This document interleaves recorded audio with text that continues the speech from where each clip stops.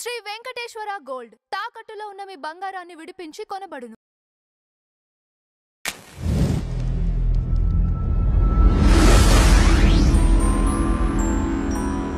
Sir నమస్కారం. శ్రీమాత్రే నమః. సార్ ఆగస్టు 1 నుంచి 15వ తేదీ వరకు కన్యా రాశి వారికి ఎటువంటి పక్ష ఫలాలు ఉండబోతున్నాయి? కన్యా రాశి వారికి కనుక చూసుకుంటే ఫస్ట్ ఆఫ్ ఆల్ వీళ్ళు ఎట్టి పరిస్థితుల్లో కూడా 10-11 తేదీలు అప్పులు ఇవ్వడం కానీ తీసుకోవడం కానీ చేయకండి. ఇంకోటి 10-11 తేదీలు రహస్యంగా ఉండే శత్రువుల వల్ల వీళ్ళకి ఇబ్బంది కలుగుతుంది, ఇది చూసుకోవాలి.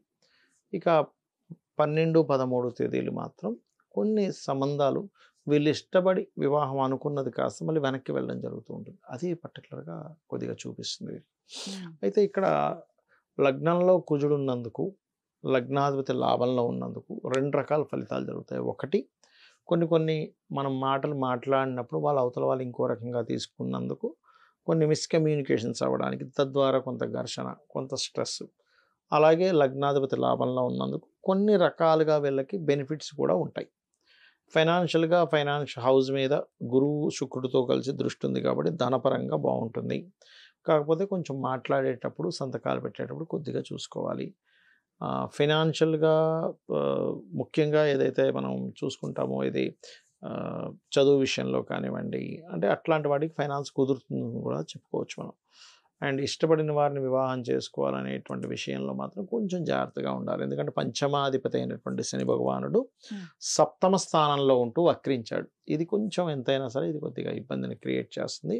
కొంచెం వర్క్ స్ట్రెస్ వల్ల, మెంటల్ స్ట్రెస్ వల్ల కొంచెం ఎక్కువ అలసిపోతుంటారండి. దీనికి కొంచెం కందులు దానంగా ఇస్తే చాలా మంచిది.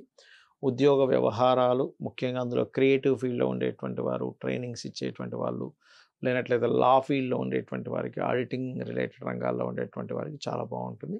అది కాకుండా వీళ్ళకి లాభంలో ఉన్నందుకు కొంచెం అంటే వీళ్ళు అనుకున్న స్టేజ్కి వెళ్ళడానికి సూర్యభగవానుడు తోడ్పడుతున్నాడు.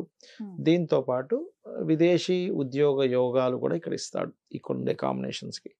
ఎందుకంటే ఇక్కడ లాభస్థానంలో వ్యయాధిపతి లాభంలో ఉన్నాడు దానివల్ల. కాకపోతే ఆ వెళ్ళే విషయంలో కేతు ఉన్నందుకు కొన్ని ఆటంకాలు జరుగుతాయి. రోజు 2 సార్లు ఆంజనేయ స్వామి దండకం చదువుకోవడము, హనుమాన్ చాలీసా చదువుకోవడము, కొంచెం ఉలవలు దానంగా ఇస్తూ ఉంటే ఆ ఆటంకాలు అనేటువంటి తగ్గుతాయి. వీరు ఎక్కువగా చేసుకోవాల్సినటువంటిది వెంకటేశ్వర స్వామి యొక్క ఆరాధన ఎక్కువగా చేయాలి. ఎంత చేస్తే అంత బాగుంటుంది వీరికి. Personal chart is most important. మనం ఈ పక్ష ఫలితాలు, మాస ఫలితాలు ఇవన్నీ ఏంటంటే ఇప్పుడు గోచారం ఎలా ఉంది అంటే ఇప్పుడు ప్రజెంట్ కండిషన్ గ్రహాలు ఎలా ఉన్నాయని చెప్పేదే గోచారం. అది ఆల్రైట్ సార్, థ్యాంక్ యూ. శ్రీమాత్రే నమః.